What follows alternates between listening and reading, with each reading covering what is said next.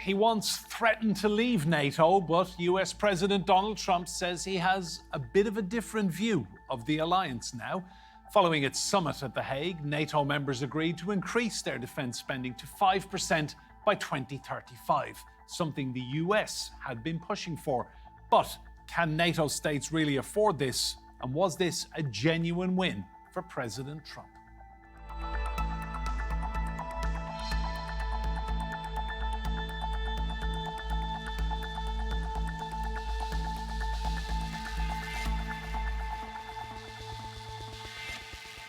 Hello and welcome to Roundtable. I'm Enda Brady. Donald Trump has claimed a monumental win for the United States after NATO members agreed to more than double their defence spending. He criticised Spain, though, for not committing to the 5% target, threatening to make them pay in trade tariffs. But how much of a victory was this summit for Trump and for NATO? It was a NATO summit dominated by the US president. Fresh from brokering a ceasefire between Israel and Iran, Donald Trump was praised by the NATO Secretary Mark Rutte, referring to him as a parental figure. Daddy has to sometimes use strong language. Setting the tone of Trump in charge and the summit in orbit around him. The US president has long threatened to leave the alliance unless members pay more. Trump's wish has become a reality, with NATO countries committing to invest 5% of GDP on defence by 2035. This is more than double the 2% current pledge. This is a monument really to victory, but it's a monumental win for the United States because we were carrying much more than our fair share. It was quite unfair, actually. But this is a big win for Europe and for actually Western civilization. Spain, however, decided to not increase its defence spending, frustrating Trump. You know what we're going to do? We're negotiating with Spain on a trade deal. We're going to make them pay twice as much. And I'm actually serious about that. The Spanish PM stuck to his decision. Y hubiéramos aceptado lo que se había propuesto. If we had accepted what was proposed, Spain would have to spend more than 300 billion euros by 2035. Where did these resources come from? From more taxes on our citizens? From cuts into education, health and pension systems? Other countries, such as Slovakia and Belgium, say they reserve the right to decide the pace of the defence spending rise. Currently, 8 NATO countries pay less than the current 2% spending target. So would it be possible to more than double it in just 10 years? And will NATO leaders be able to convince their citizens it's a good idea? Well, let's bring in our guests. Joining me here in the studio, we have Pablo Calderon Martinez. He is Associate Professor in Politics and International Relations. That's at Northeastern University, London. In Geneva, we have Gunilla von Hall. She is Foreign Affairs Correspondent. That's at the Swedish daily newspaper, Svenska Dagbladet. And joining us from Amsterdam, we have Geerten Waling. He's a historian and columnist. And in Edinburgh, Scotland, we have Stuart Crawford, defence analyst and a former British Army officer. You're all very welcome to this roundtable. Geerten, to you first. You've been covering it all last week in the Netherlands. This was a NATO summit, but they might as well have called it the Trump summit for all intents and purposes. Hi, yes, indeed, it was very much a Trump summit. Although I think from a Dutch perspective, it was a bit more than that. It's quite an incredible organization that's been going on for the past weeks and months, and a lot of Dutch people witnessed that. So it was something that also blocked the roads and made traffic and work quite hard. And at the same time, there was a lot of pride in the media about how the Dutch organized it. And it is a special summit because it's, I think, the first NATO summit ever in the Netherlands, although we are one of the founding countries of the NATO. And of course, the Secretary General, Mark Rutte, is our former Prime Minister, as he has been for 14 years. So he's very well known. And if anyone can convince Trump to come and to put a signature under a document, it's Mark Rutte, we've realized. So there's a lot of, I would say, mixed feelings about this summit. But yes, of course, everybody also was talking about Donald Trump. Would he come? When would he come? Where would he go? And I think in that respect, it was an exciting summit in which the Dutch royal family played an important role. Thanks, Geerten. Let's bring in Gunilla. Gunilla, have you ever seen a US president so feared and so fated at a NATO summit as Donald Trump was last week? It's true. I mean, I can't stop thinking about this message, a private message that Rutte sent to Donald Trump privately, but then it became official when Trump put it on his social media. And it was clear that he was just throwing all these compliments on Trump just to be able, I think, to get two things back. One was that the US will continue to support NATO, it will not leave NATO, and there will be a commitment to Article 5.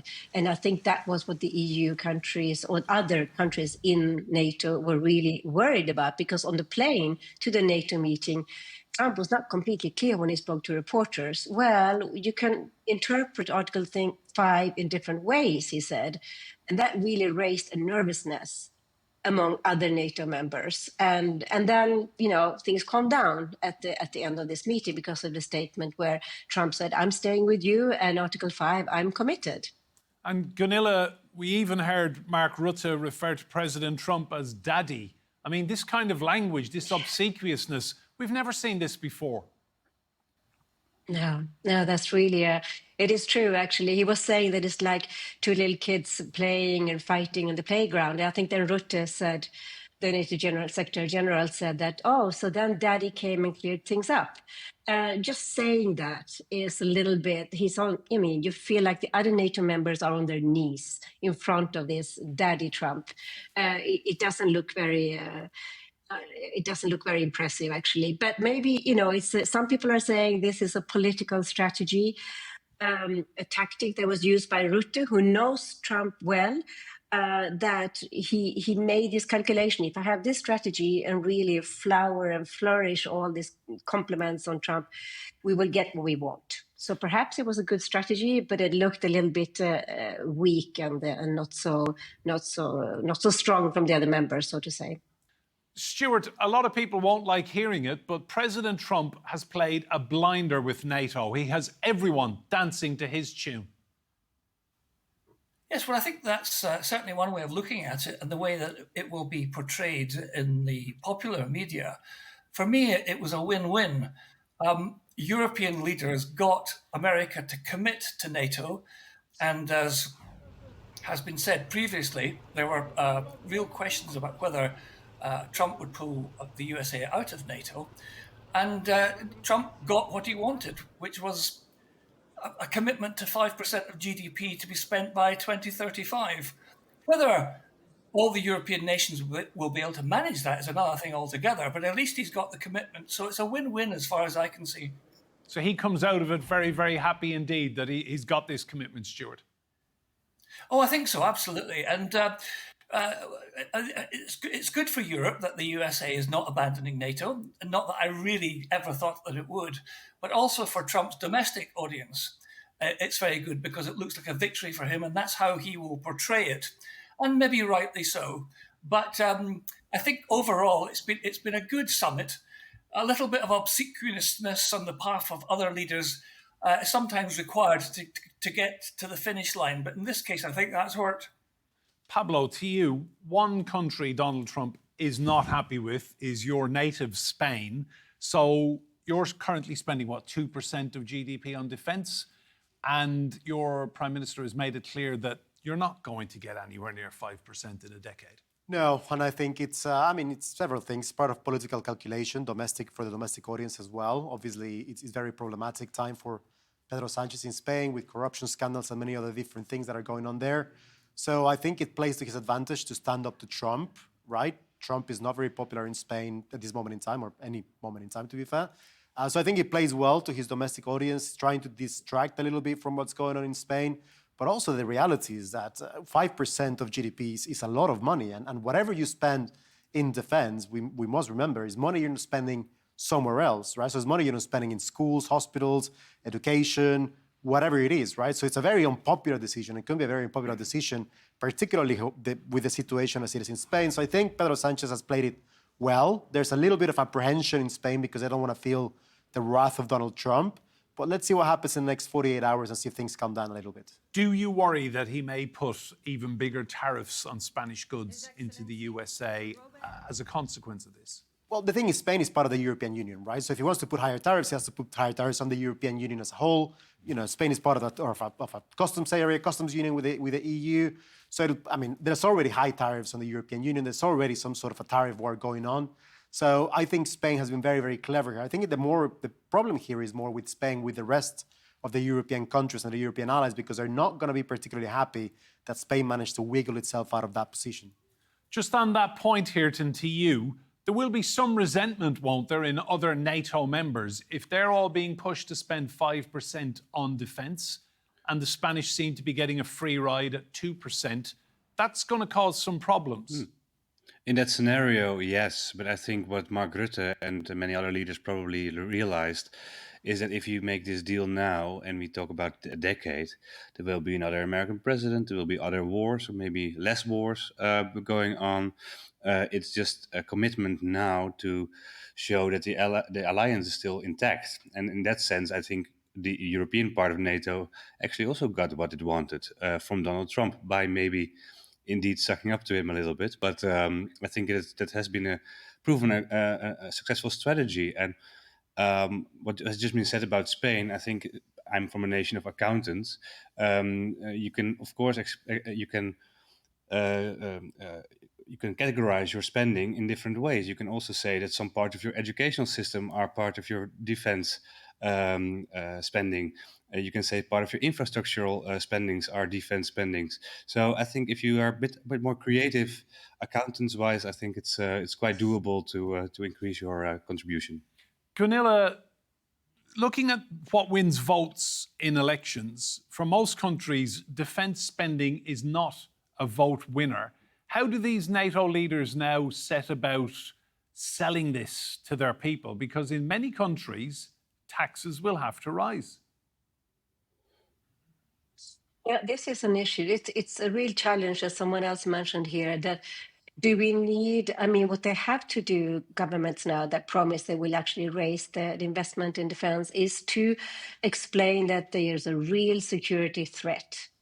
But people are going to say, you raise taxes. Well, what about schools, healthcare, infrastructure, other things that are probably closer to the voters? And this is a dilemma for the politicians because they want to be re-elected. So they will have to somehow explain, well, there is an outside threat. We have the war, Russia, Ukraine. There are other wars and other issues, but especially Russia, I think they will try to explain, elaborate how this could be a future threat. There's been said that Russia could even attack in one way or another NATO countries within 3 to 5 years. Is this true or not? We don't know, but this is what they have to argue. There is a security threat. We need to boost our defense. Otherwise, you will all be in danger. Otherwise, I think it's going to be hard with public opinion because there are other needs. Stuart, your country, the United Kingdom, has done a deal to buy some 12 F-35 fighter jets from an American company capable of carrying nuclear weapons. Just talk to me about Keir Starmer's thinking on this. Well, it's very difficult to know exactly what his thinking on this is.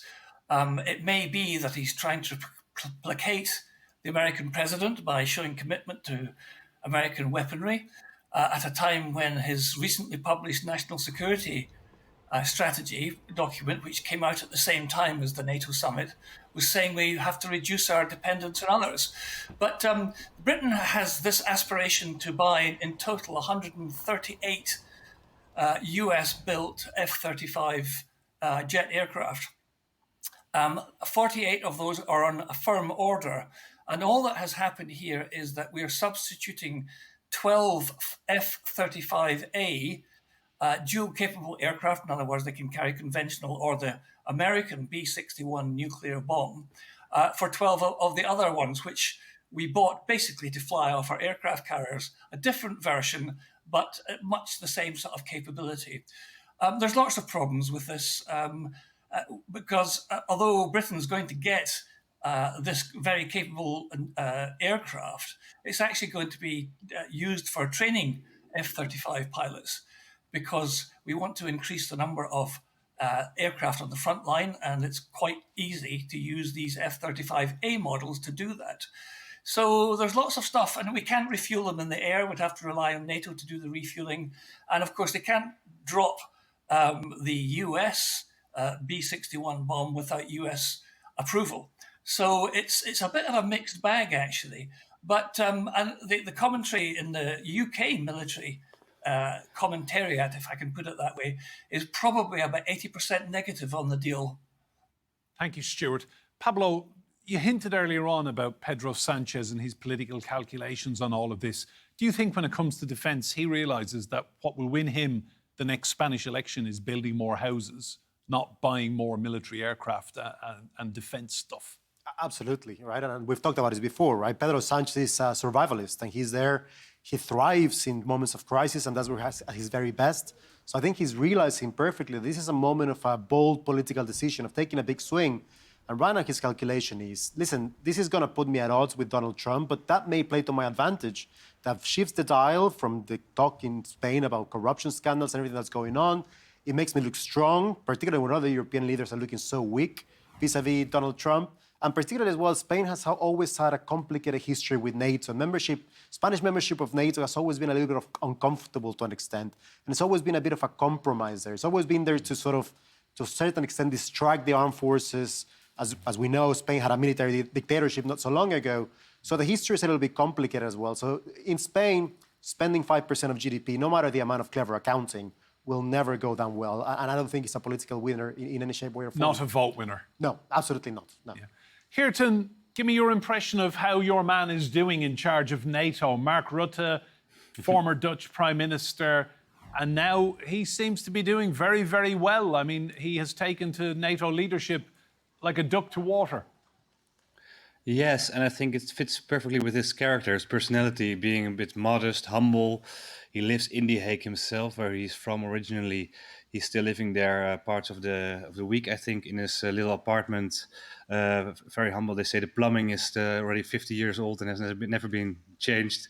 So this is his character, and now you understand how he's talking up Trump from a perspective that he leaves his ego behind when he's doing these negotiations. He has a very positive attitude always. He's famous for his ever smiling face. People in the Netherlands have gotten a bit annoyed with that after 14 years of his prime ministership. But seeing him doing that in NATO in such tense times, geopolitically speaking, is quite interesting, and it's impressive, and it works. I think the summit that we just finished in The Hague yesterday was mostly a summit about symbolics, showing that the alliance is still together and showing that the leaders go along very well. And I think the most important moment was probably not the negotiations itself, but the dinner at the palace, the fact that Donald Trump stayed over at the palace, and had a wonderful experience there. And this showed, at least for now, that to Putin, to China, to other countries in the world, that NATO is maybe stronger than we all expected. Gunilla, talk me through the thinking in your home country, Sweden, new to NATO, and now you're going to be spending even more on defence. I'm guessing for Swedish people it's a different proposition because you're a lot closer to Russia than the Spanish are. It's true. It's a big difference for Sweden and Finland. Russia is next door. It's just across the sea, basically. And for Finland, it's even closer. So there is a different mood. People are definitely afraid, scared, some people, of Russia. So in that way, they understand there has to be more investment in defense. I think when Rutte was interviewed yesterday by Swedish television, he said that you have a choice. Either you have to arm your country or you all have to learn Russian in school. So that was a message, I think, for a lot of Swedish people. It makes, it's an extreme statement, but it makes sense in a way. So in that way, it would probably be easier to convince Swedes and Finnish population about the spending. Today is 2.25% of GNP in Sweden and 2.30% in Finland. So that is, there has to be an increase. At the same time, people in Sweden and Finland are saying, well, fine, Trump says that he is committed, but how committed is he really? If all of a sudden green little men turn up, like in Crimea, turn up in Narva, in Estonia, which has a Russian-speaking population, will Trump act? He says so today, but he could also change his mind. That happens. So there is this worry and the realization that we have to invest in our own defense. We also know that Trump, yes, NATO is important, but Asia, China, that's where also he wants to put his interests in the future. So we really have to speed up our own defense in all of Europe, because we have to take care of it much more ourselves than until now. Stuart, how concerned do you think NATO leaders were when they heard President Trump being a bit ambiguous about Article 5, an attack on one is an attack on all? Well, I think they were made very nervous by it because it's been a topic that he's discussed over many years, and as you'll recall, during his first term in office.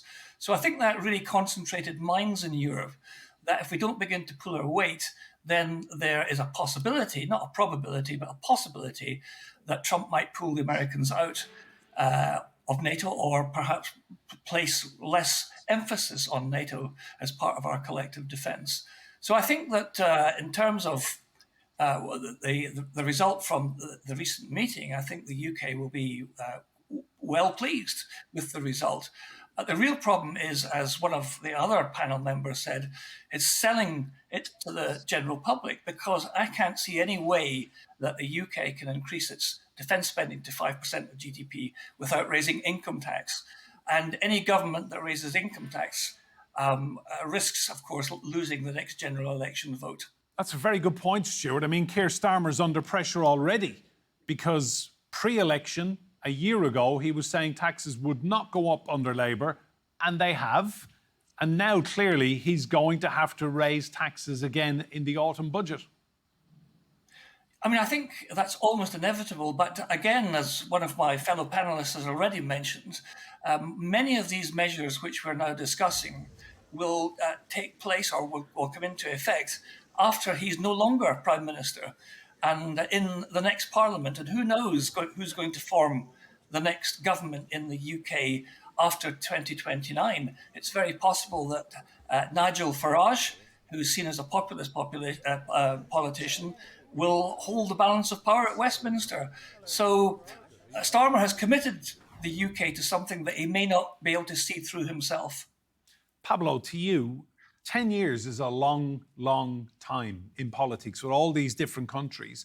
One thing that is certain, President Trump will not be president in 2035. Do you think NATO are just appeasing him, kicking the can down a decade? Yes, definitely. I think that's part of the strategy, right? Just tell him whatever he wants, say whatever he wants. I would say 10 years is a long time in politics. 10 days seem to be a long time in politics these days. I don't know if the certainty is that, I mean, Trump will not be in the presidency, but there's also a realization that possibly his movement will still be in the presidency, will still be around and hold the balance of power in the United States. I don't see the Democrats staging a huge comeback in the next 4 or 5 years, so the next presidential election for sure. So I think states and governments in Europe need to start planning ahead and start thinking about their own security, but also how can you cannot just kick the can down the road indefinitely. At some moment in time, Donald Trump or whoever's the president afterwards is going to be like, okay, you made this commitment. What have you done in those 2-3 years' time to prepare for it? If you say absolutely nothing, I think the United States is going to be understandably very, very upset, and that's going to be problematic. So I think no matter which way you slice it, yes, there's a commitment in the long term, but there's going to have to be some movements across these governments to spend more on defense, and you're going to have to sell it to your population, and that's going to be very, very difficult in a lot of countries. Geerten, just final point to you. This will go down in history as the Trump summit. I mean, for all the rhetoric and the bombast over the last 12 months about NATO, he's got his way with these people. Yes, but I think it's also the final chapter of a book that's called Rearming Europe, or at least the growing awareness of the necessity to rearm in Europe. And I think a lot of this work was already done by previous presidents. I mean, Biden, even back in the day, Obama was already complaining about this. 2014, I think, was the Treaty of Wales, where we agreed upon 2% NATO spending. Well, the Netherlands, my country, just barely made it this year, the 2% or last year.